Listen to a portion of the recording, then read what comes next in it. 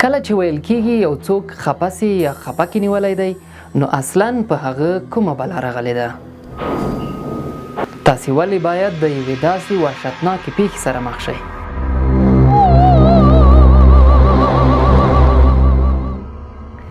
په دې وخت کې تاسې بیدار یاست مګر وجود مو حرکت نه کوي. د دغې پیښې پر اړه د نړۍ د ډیری هیوادونو وګړي بېلابېل باورونه لري.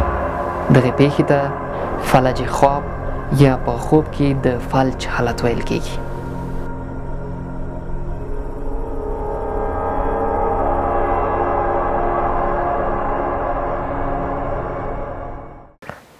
کله چې ویل کېږي یو څوک خپه سي یا خپه کې نیولی دی نو اصلاً د هغه پر سر کومه بلا راغلې ده.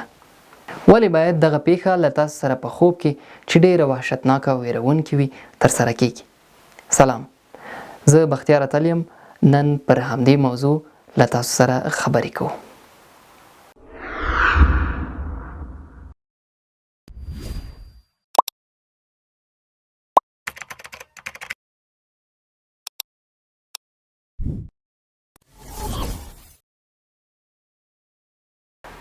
یو سهار د خپلې دندې پر لور روان یاست. ټکسي ته لاس ورکوئ، موټر ته ورخیږئ. کله چې موټر حرکت کوي موټر چلونکی ستاسې خواته ګوري. کله چې دغسې حالت سره مخ کیږئ پوهیږئ، احساس کوئ چې یو ډېر خطري پیښې سره تاسو مخ یاست.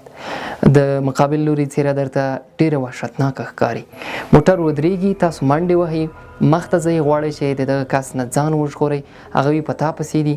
ډېره هڅه کوئ چې تر څو تیز لاړ شئ، اما هیڅ امکان نه لري. یا ډېر وروځئ او یا هم هیڅ نشئ کولی چې منډه واخلئ. په خوب کې د یو عجیب او غریب حالت سره مخ یاست.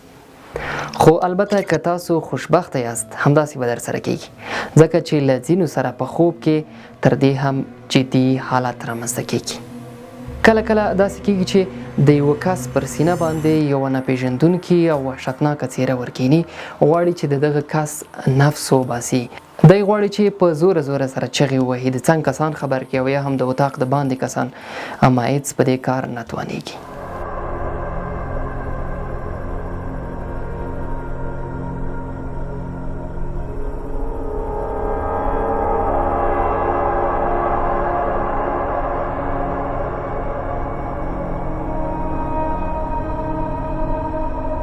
پر همدې شیبه انسان داسې فکر کوي چې د ځمکې پر سر له هغه څخه بل ناتوانه کس نشته.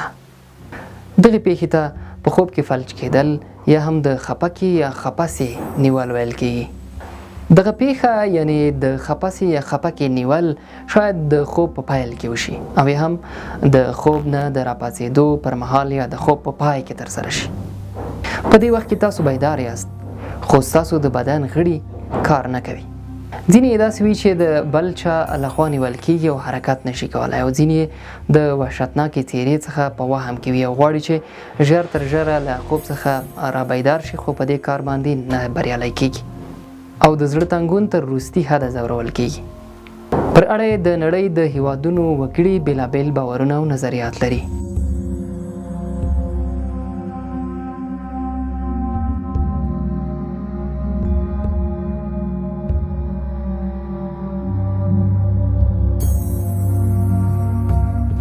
د ایټالیا خلک وایي چې د نورو دنیاو موجودات دي، غواړي تاسې له ځانه سره یوسي. د متحده ایالاتو وګړي د هوا سړی بولي او د مصر خلک ورپسې دومره سر نه ګرځوي. هغوی وایي یو پیری دی او غواړي ستاسې خوله در ومینځي. خو د ایران خلک بیا دغه پیښه ډېره جدي نیسي او خپسه یا خپکه په خوب کې دغه ډول حالت چې رامنځته کېږي، دوی وایي یو خاص پیری راځي او غواړي چې تاسې وټکوي. یعنې د دغه پیري دنده دا ده چې خلکو ته ازار او اذیت ورکړي.